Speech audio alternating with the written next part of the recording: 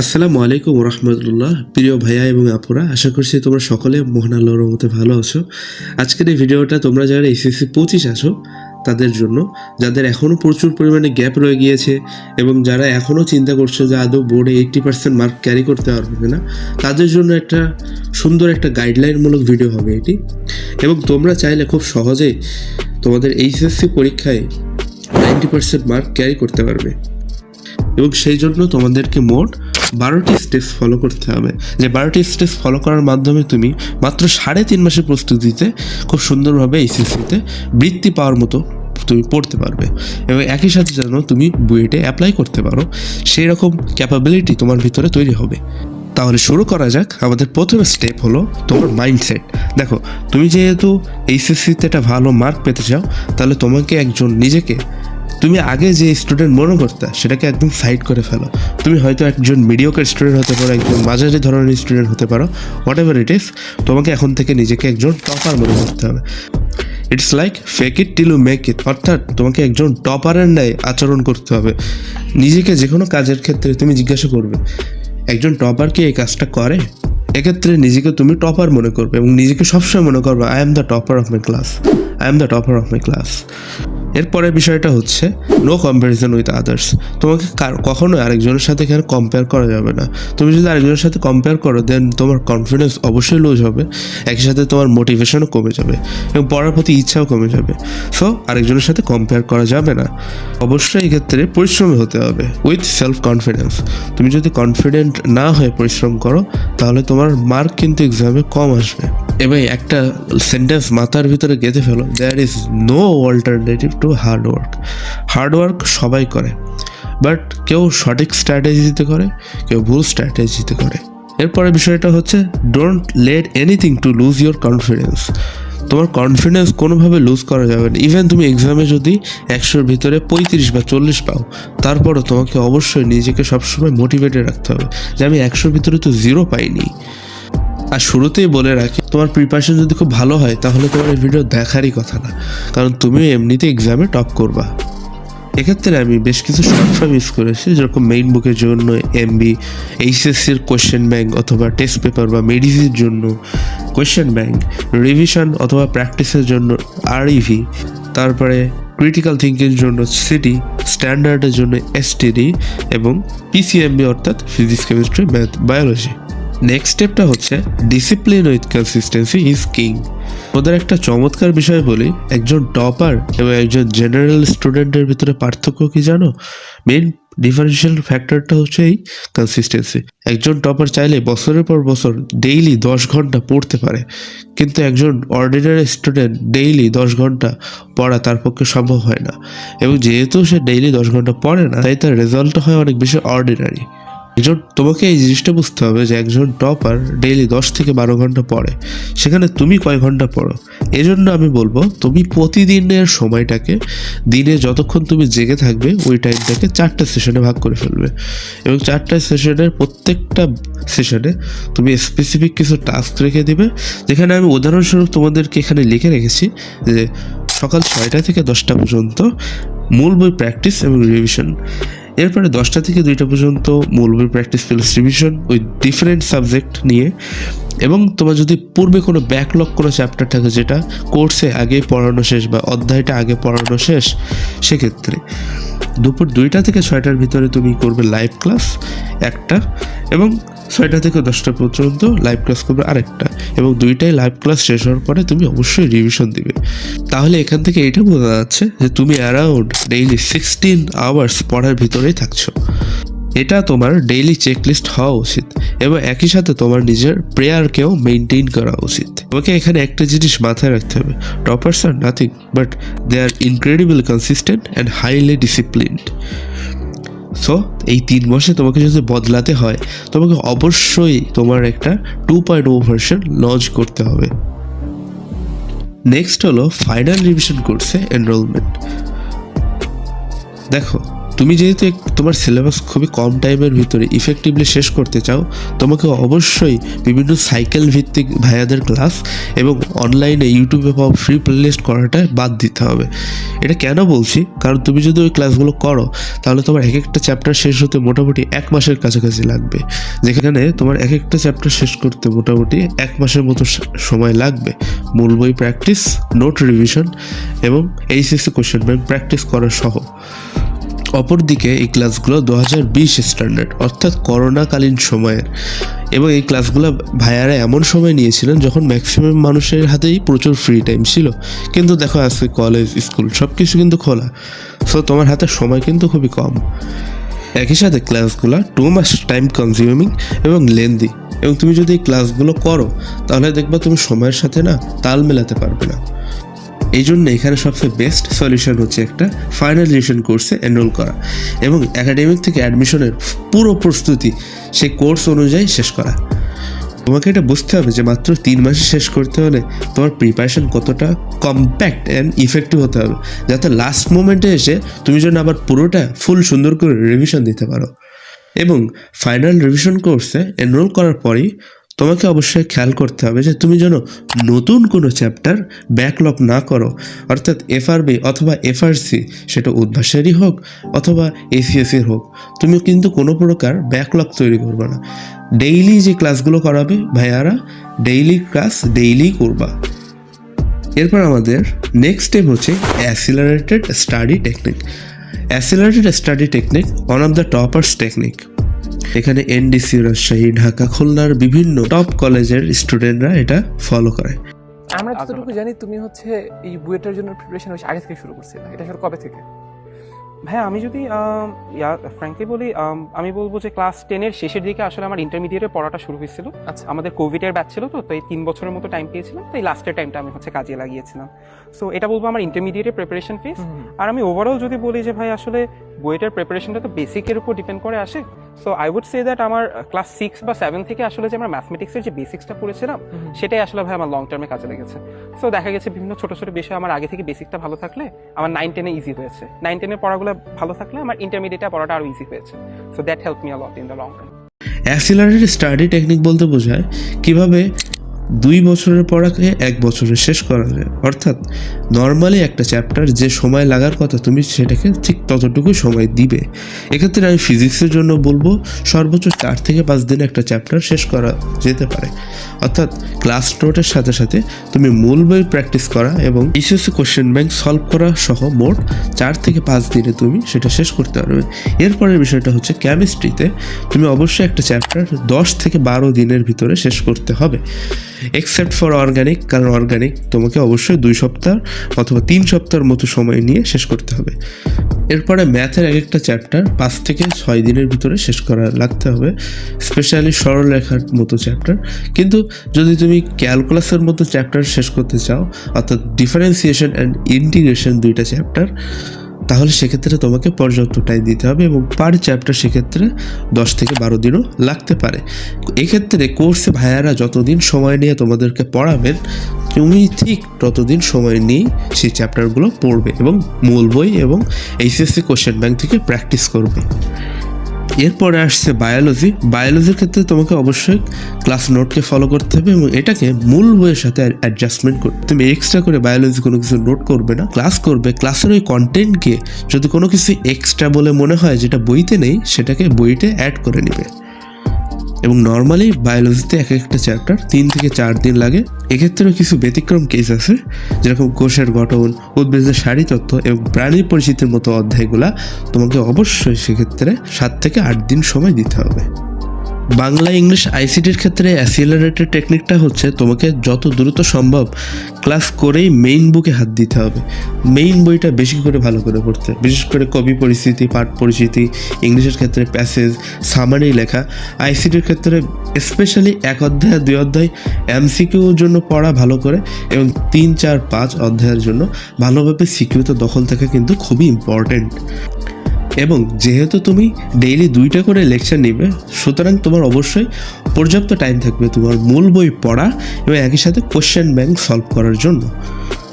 Question ব্যাংকের বিকল্প হিসেবে এসিএস এর প্র্যাকটিস শিট তুমি ফটোকপি করে সলভ করতে পারো, যেটার জন্য তুমি নিজের একটি আলাদা ফাইল তৈরি করবে এবং সেটাতে সলভ করার সময় যখন একটা চ্যাপ্টার রিভিশন দিবে, তুমি যেন খুব সুন্দরভাবে তোমার ওই চ্যাপ্টারে কী কী ভুল করেছিলে সলভ করতে, যে সেই ভুলগুলো যেন তোমার চোখের সামনে ভাসে।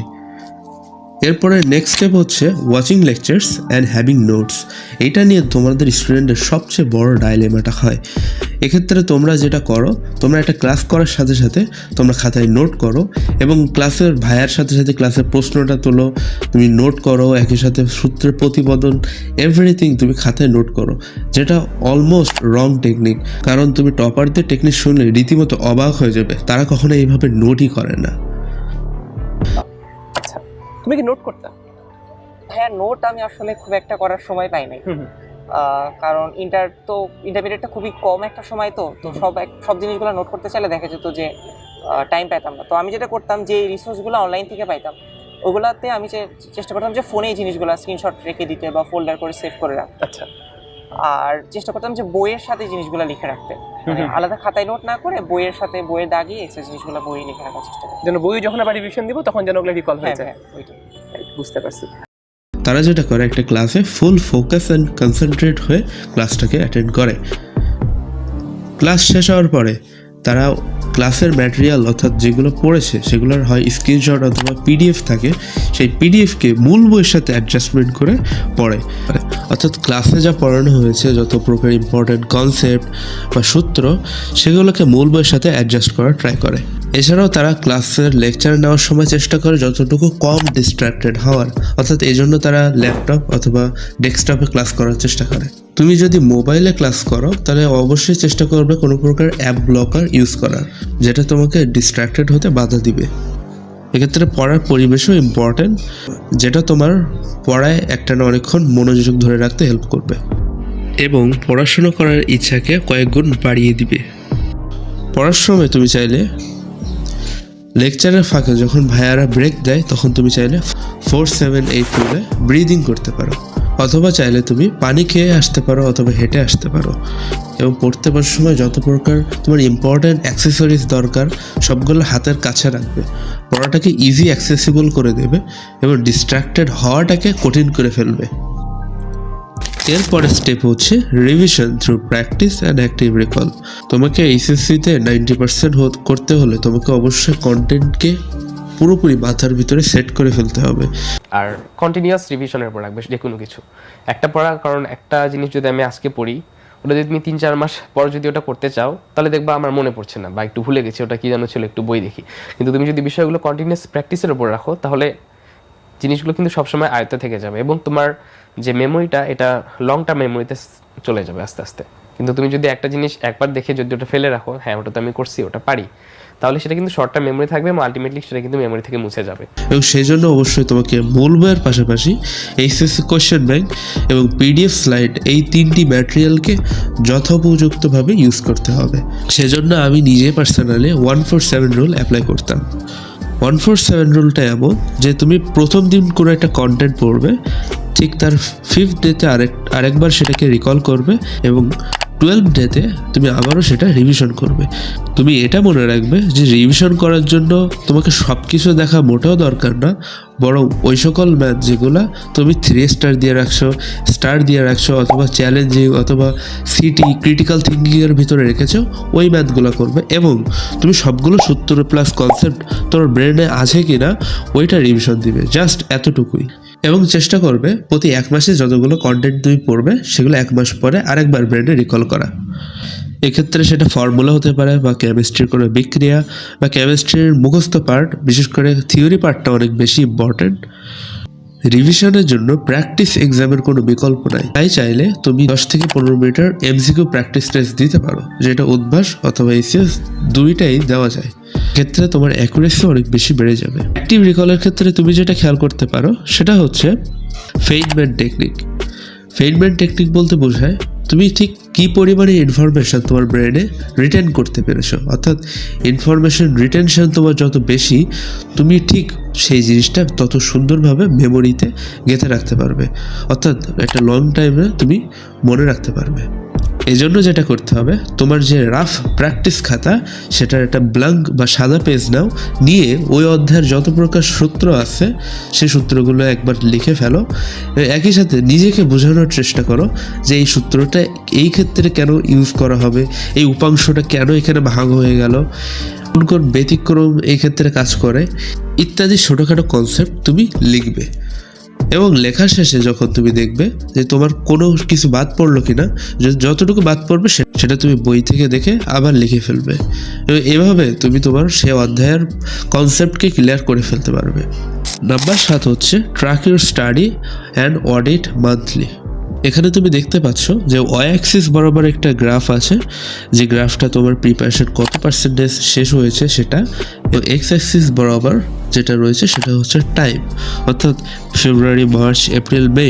কারণ জুনের শেষের দিকে তো তোমাদের পরীক্ষা, সো তোমাদেরকে চেষ্টা করতে হবে মে মাসের 31 তারিখের ভিতরে উইদিন টাইম ফ্রেম তোমাদের সকল প্রকার প্রিপারেশনকে ফুলফিল করা। এক্ষেত্রে তুমি মান্থলি কয়টা অধ্যায় শেষ করেছো সেটা অবশ্যই খাতায় লিখবে। যেমন সাপোজ তুমি ম্যাথ ফার্স্ট পেপারের 1, 3, 4, 7, 9 এই কয়টা অধ্যায় তোমার শেষ হয়ে গিয়েছে, এটা তোমার প্রথম মাসে শেষ হয়েছে, অর্থাৎ সাপোজ তোমার ফেব্রুয়ারি বা মার্চ মাসে শেষ হয়ে গিয়েছে, সেটা তুমি তোমার খাতায় লিখে ফেলবে এবং অবশ্যই এটাকে টিক দিবে যাতে তুমি ভিজুয়াল একটা গ্র্যাটিফিকেশন পাও। রেগুলার কনসিস্টেন্টলি যদি তুমি পড়তে থাকো তাহলে 3.5 মাসে যে কিভাবে তোমার সিলেবাস শেষ হয়ে যাবে তা নিজেই টের পাবে না। এক্ষেত্রে অনেক সময় একটি স্টুডেন্ট এইটা ভুল করে যে একটা চ্যাপ্টার আমার আদৌ কমপ্লিট হয়েছে কিনা সেটা আমি বুঝবো কীভাবে। নাম্বার 1, তুমি সেই চ্যাপ্টারের সব রকম ফর্মুলা তোমার জানা আছে, এবং নাম্বার 2 হচ্ছে তুমি মূল বই থেকে যাবতীয় এমসিকিউ এবং অনুশীলনী উদাহরণ এবং গাণিতিক সমস্যাবলী সলভ করতে পারছো কিনা। এই দুইটি শর্ত পূরণ সাপেক্ষে বোঝা যাবে যে তোমার আসলে সে অধ্যায়ে দখল রয়েছে। এরপরে 8 নম্বর স্টেপ হলো minimising study and revision materials. আর চ্যাপ্টার অনুযায়ী তোমাদেরকে বুঝিয়েছি কিভাবে পড়তে হবে এবং ঠিক কতটা সময় নিয়ে একটা অধ্যায় পড়া উচিত। এই স্টেপে জানবো যে তুমি ঠিক কি কি ম্যাটেরিয়াল ইউজ করবো তোমার এই 3.5 মাসের প্রস্তুতিতে, এবং এর বাইরে একটা জিনিসও মাতবরি করে ব্যবহার করতে যাবে না। তোমার হাতে সময়টা কিন্তু কম। এক্ষেত্রে ফিজিক্সে তুমি ইসাক স্যারের বইটা ফলো করতে পারো, সাথে তুমি ক্লাস নোটে যেটা পড়ছো সেটাকে মূল বইয়ের সাথে অ্যাডজাস্ট করে ফেলবে। মূল বইয়ে যদি কোনো সূত্র থাকে এবং তোমার ক্লাস নোটে একই সূত্র থাকে তাহলে এক্সট্রা করে অ্যাড করার দরকার না, বরং মূল বইয়ের সূত্রটাকে বক্স করে ওইটাকে একটা নির্দিষ্ট টাইম পিরিয়ড পর রিভিশন দিলে তোমার কাজ হয়ে যাবে। এবং যেটা বলেছি অ্যাজ ইউজুয়াল যে প্রত্যেকটা ফিজিক্স, কেমিস্ট্রি, ম্যাথ, বায়োলজি প্রত্যেকের জন্য তোমাকে অবশ্যই কোশ্চেন ব্যাংক অর্থাৎ এইচএসসি কোশ্চেন ব্যাংককে সলভ করতে হবে, অথবা চাইলে তুমি প্র্যাকটিস শিটও সলভ করতে পারো। বাংলার জন্য গদ্য, পদ্য, কবি পরিচিতি এবং পাঠ পরিচিতি সুন্দরভাবে পড়ার চেষ্টা করবে, সাথে শব্দার্থ বুঝে পড়ার চেষ্টা করবে। এবং যখনই পড়া শেষ হয়ে যাবে, যেহেতু তুমি নোট করছো না, সাথে সাথে তুমি এইচএসসি কোয়েশ্চেন ব্যাংকে সলভ করা শুরু করে দিবে। উপন্যাসের ক্ষেত্রে তুমি সবসময় দাগানো লাইন ফলো করবে এবং এরিয়া মার্ক করে পড়বে, কারণ বিভিন্ন উক্তি অথবা এই উক্তিটা বলতে কী বোঝানো হয়েছে, এটি কার উক্তি, অনুধাবনমূলক প্রশ্ন, সারাংশ, সারমর্ম, রিটেন প্যারাগ্রাফ, লেটার, ইমেল ইত্যাদির ক্ষেত্রে অবশ্যই ভাইয়াদের সাজেশন ফলো করবে। এখানে এক্সট্রা করে কিছুই পড়তে যাবে না, কারণ তোমার মূল সময়টাই দিবে তুমি ফিজিক্স, কেমিস্ট্রি, ম্যাথ, বায়োলজিতে। ইংলিশের ক্ষেত্রেও একই, তোমাকে মূল বইকে মেইন প্রায়োরিটি দিতে হবে। এখানে শব্দার্থকে একটু ইম্পর্টেন্ট দিয়ে পড়তে হবে। একই সাথে তুমি যখন কোশ্চেন ব্যাংক সলভ করবে তুমি অ্যান্টোনিম, সিনোনিমগুলো ভালোভাবে শিখে নেবে। ইংলিশ সেকেন্ড পেপার গ্রামার আইটেমগুলোর জন্য আমি অ্যাডভান্স সেকেন্ড পেপার বইটি বেশি সাজেস্ট করি, কারণ এখানে খুব সুন্দরভাবে রুলসগুলো দেওয়া থাকে এবং যে কেউ সেটা একবার পড়ে নিলে তার কনসেপ্ট আয়ত্তে চলে আসবে।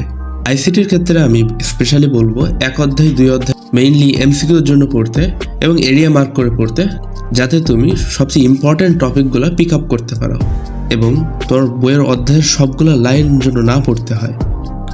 এক্ষেত্রে তুমি এইচএসসি কোশ্চেন ব্যাংকেই সলভ করার চেষ্টা করবে এবং 3, 4, 5 অধ্যায়ের উপর তোমাদেরকে যথেষ্ট দখল অর্জন করতে হবে, কারণ এই 3টা অধ্যায় প্র্যাকটিসের উপর নির্ভর করে। এখানে 3 অধ্যায় থেকে নাম্বার সিস্টেম, কনভার্সন, বিভিন্ন গেট বাস্তবায়ন, 4 অধ্যায়ের HTML কোড লেখা এবং 5ম অধ্যায়ের সি প্রোগ্রামিংয়ের ফ্লো চার্ট, অ্যালগরিদম এবং কোডিং লেখার বিষয়গুলো ইম্পর্টেন্ট। তাহলে এটা গেল তোমার সাবজেক্ট ওয়াইজ রিভিশন ম্যাটেরিয়াল প্রস্তুতকরণ। এরপরে স্টেপ হচ্ছে মডেল টেস্ট। যেহেতু তুমি তোমার সিলেবাস 31শে মের ভিতরে শেষ করবে, সুতরাং তুমি জুন থেকে মডেল টেস্ট দেওয়া শুরু করবে এবং এটাকে বাকি 10% প্রিপারেশন বলা হয়। অর্থাৎ তুমি চাইলেও মডেল টেস্ট উদ্ভাসে অফলাইনেও দিতে পারো অথবা এসিএস অফলাইন অর্থাৎ অ্যাচিভেও দিতে পারো। দুইটাই অলমোস্ট সেম সার্ভিস প্রোভাইড করে। এক্সাম দেওয়ার মাধ্যমে তুমি তোমার নিজের অ্যাকুরেসি বৃদ্ধি করবে এবং যেটাই হোক না কেন অবশ্যই অফলাইনে এক্সাম তোমাকে দিতেই হবে, কারণ এর মাধ্যমে তুমি তোমার ভুলগুলো আইডেন্টিফাই করবা যেটা তুমি এইচএসসিতে করতে পারতা। যখনই তুমি বিভিন্ন পেপার এক্সাম দিতে যাবে, সেটা ফার্স্ট পেপার হোক অথবা সেকেন্ড পেপার, সেই পেপারের অধ্যায়গুলোকে অবশ্যই মিনিমাম 2বার রিভিশন করে যাবে, যাতে করে তোমার মাথার ভিতরে ফর্মুলাগুলো গেঁথে যায়। এবং একই সাথে তোমাকে একটি এক্সাম মিস্টেক খাতা বানাতে হবে করে মূল এইচএসসি পরীক্ষা দেওয়ার আগের রাতে এই খাতাটা তুমি দেখে যেতে পারো, যাতে করে তোমার এইচএসসি এক্সামের ভুলের পরিমাণ সর্বনিম্ন হয়। এরপর আমাদের নেক্সট স্টেপ হচ্ছে ডোপামিন ডিটক্স। সহজ ভাষায় যদি বলি, ডোপামিন হলো সেই হরমোন যেটা আমাদেরকে আনন্দের অনুভূতি জাগায় এবং ডিটক্স শব্দটা এসছে ডিটক্সিফাই শব্দ থেকে, অর্থাৎ এখানে কোনো কিছু মাত্রা অতিরিক্ত হওয়া থেকে নিয়ন্ত্রণ করাকে বোঝানো হচ্ছে। এখানে ডিপি বলতে সোশ্যাল মিডিয়া বা ফোন ইউজ করার কারণে তোমার ব্রেনে যে পরিমাণ ডোপামিন ক্ষরিত হয়, এবং ডিএস বলতে পড়াশোনা অর্থাৎ স্টাডি করার জন্য যে পরিমাণ ডোপামিন ক্ষরণ হয় সেটাকে বোঝানো হয়েছে। পড়াশোনার ডোপামিন তোমার ফোনের ডোপামিন থেকে কম হয়, তাহলে তোমার পড়া খুবই বিরক্তিকর লাগবে এবং তোমার মন মোটেও চাইবে না যে তুমি পড়তে বসো। এক্ষেত্রে তোমাকে মোবাইল ফোন অবশ্যই অ্যাভয়েড করে চলতে হবে এবং যদি তোমাকে ক্লাস মোবাইল ফোনেই করতে হয় তাহলে চেষ্টা করবে বিভিন্ন অ্যাপ ব্লকার ইউজ করে তোমার সোশ্যাল মিডিয়া অ্যাপগুলোকে হয় ডিলিট করতে অথবা সেগুলোকে ব্লক করে রাখতে, যাতে করে তোমার পড়ার টাইমের ভিতরে কোনো প্রকার বিরক্তি না কাজ করে। যখন তোমার পড়ার ডোপামিনটা মোবাইল ফোনের ডোপামিনের চেয়ে বেশি হবে, তখন কিন্তু তুমি পড়াটাকে বেশি এনজয়েবল মনে করবে, একটানা পড়তে তোমার কষ্ট কম হবে। এজন্য আগামী 3 মাসের জন্য অন্তত social media YouTube, Facebook, Instagram এবং টুইটার থেকে নিজেকে ডিট্যাচ করে ফেলো।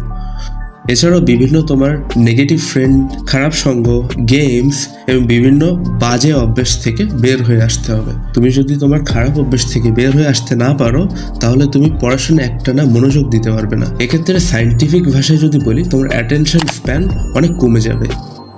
এবং যে কোনো কাজের পূর্বে নিজেকে জিজ্ঞাসা করবে, will A topper do this activity, এবং নিজেই নিজের উত্তর দিবে, I M A topper so I had better study. তোমার যে 2.0 ভার্সন কোনো হাই ডোপামিন অ্যাক্টিভিটিসে ইনভলভ হবে না, বরং অনলি প্রোডাক্টিভ কাজে ইনভলভ হবে। তুমি যদি চাও অ্যাডমিশন লাইফে কোনো প্রকার সাফার না করতে, তোমার কষ্ট সর্বনিম্ন করতে, তাহলে অবশ্যই তোমাকে সিলেবাস খুব সুন্দর করে শেষ করে আসতে হবে।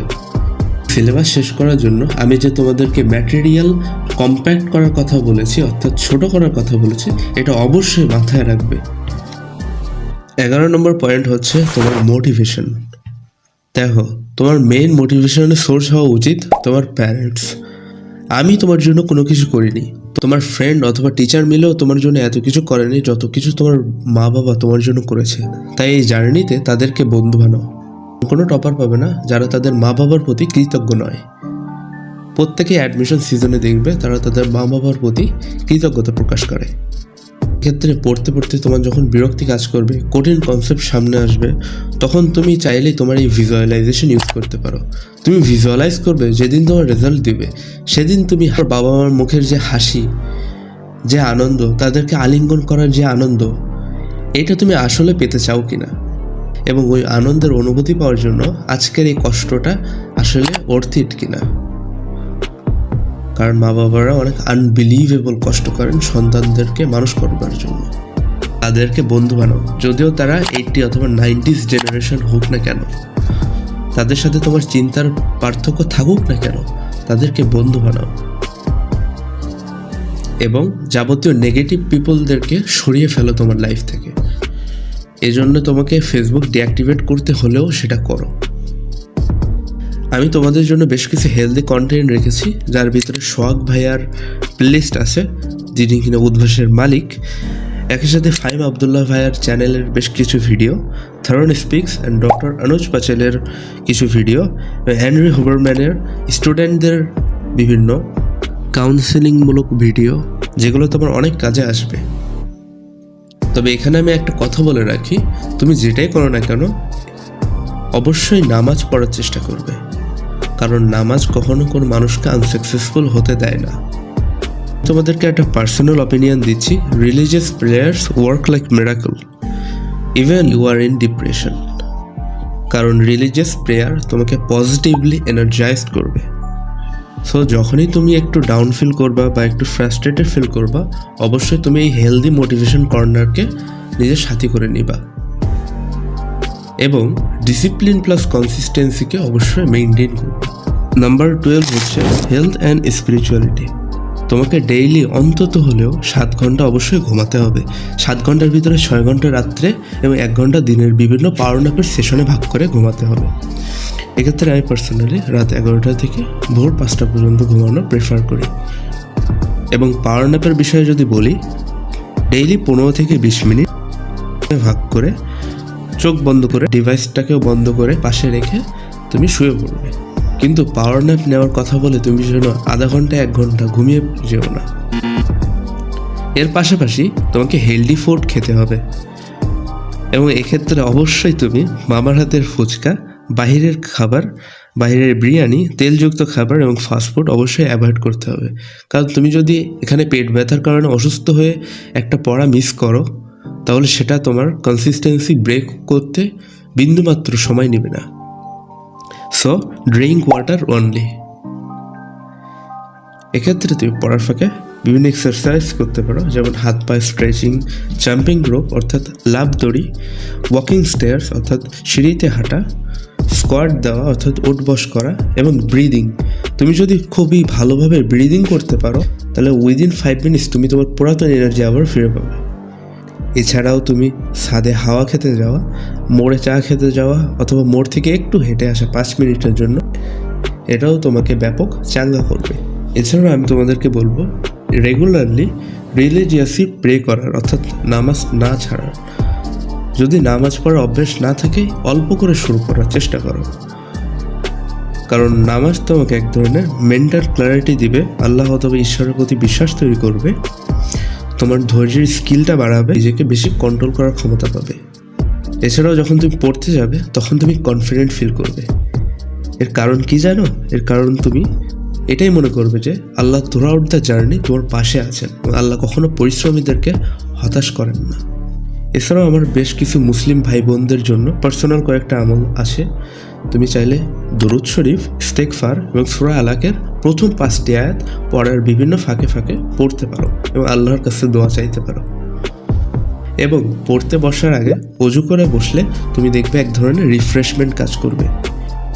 তোমরা চাইলে পড়ার ফাঁকে এই অ্যাক্টিভিটিসগুলো করতে পারো এবং ব্রিদিংটা অবশ্যই করো। সেক্ষেত্রে তোমরা চাইলে ইউটিউবের সাহায্য নিতে পারো কীভাবে পারফেক্টলি ব্রিদিং করা যায়। আমি পার্সোনালি এটাকে 4-7-8 রুল হিসেবে জানি। সো আমাদের ফাইনালি বেশ কিছু কথা, তা হচ্ছে তুমি রেগুলারলি পড়া ট্রাই করবা। কোনো দিনও লাইভ ক্লাস পরের দিনের জন্য ব্যাকলগ করে জমা রাখবে না। রিমেম্বার, তুমি একজন টপার হতে যাচ্ছ, অর্থাৎ তোমার বোর্ডে একজন টপার হতে যাচ্ছ। একই সাথে তুমি হয়তো বুয়েট অথবা মেডিকেল অথবা ঢাকা ইউনিভার্সিটি প্রত্যেকটা হয়তো ক্র্যাক করতে চাচ্ছ। সেক্ষেত্রে তোমার কোনো দিন ছাড়া যাবে না। তোমাকে একটা জিনিস মাথায় রাখতে হবে, a single minute of procrastination can break monthly hard work and discipline. পড়তে বসার সময় সবসময় বাবা মার কষ্টের কথাটা একটু চিন্তা করবে, তাদের সাথে ফ্রেন্ডলি বিহেভ করবে, কারণ পড়াশোনা ইজ এ আমানত, দে আর ইনভেস্টিং ইন ইউ। সো এখানে তুমি একজন বিজনেসম্যান এবং মান্থলি নোটপ্যাডে টিক দিবে যে কী কী চ্যাপ্টার তোমার শেষ হলো এবং কী কী চ্যাপ্টার এক্স্যাক্টলি বাকি আছে। তোমরা আমার প্রতি এই বিশ্বাসটা রাখো যে ভাইয়া যেহেতু বলেছেন তার মানে হবেই A+ উইথ 90% আমি প্রত্যেকটা সাবজেক্টে এনশিওর করতে পারবোই ইনশাআল্লাহ। এবং নিজের ভিতরে এই জেদটা তুমি তৈরি করে ফেলো। And remember, it is a big jump of your life, so be ready. Thank you my beloved brothers and sisters.